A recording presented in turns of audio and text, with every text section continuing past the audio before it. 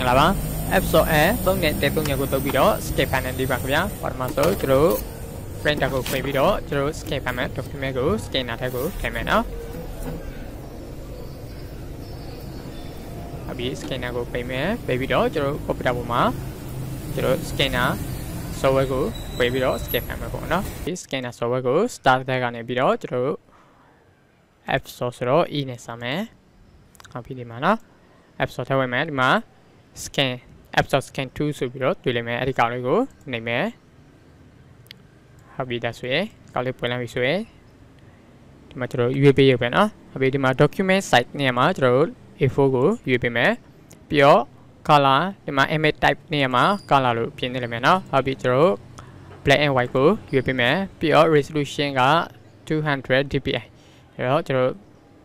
300ရွေးပေးမယ်เนาะပြီးတော့ဒီမှာ file format ကကြတော့ကျွန်တော် PDF file ဖြစ်တမ်းပါမယ်เนาะဟုတ်ပြီဒါဆိုရင်ကျွန်တော် preview နေပြီးတော့ document ရဲ့အခြေအနေကိုကြည့်ကြည့်မယ်เนาะ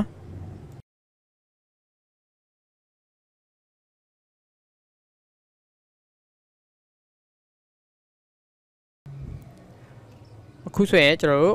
scanner တက်က document ကို monitor ပေါ်မှာကြည့်လို့ရပြီเนาะ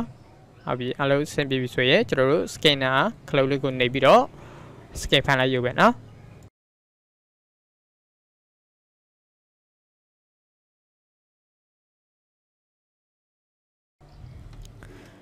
ဟုတ်ပြီ skip ဖန်နေတော့ခဏဆောင်ပြီးတော့ဒီမှာ file export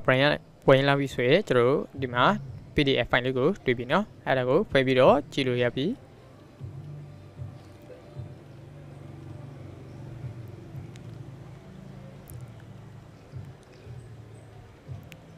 ဟုတ်ပြီခုဆိုအားလုံးပဲ scan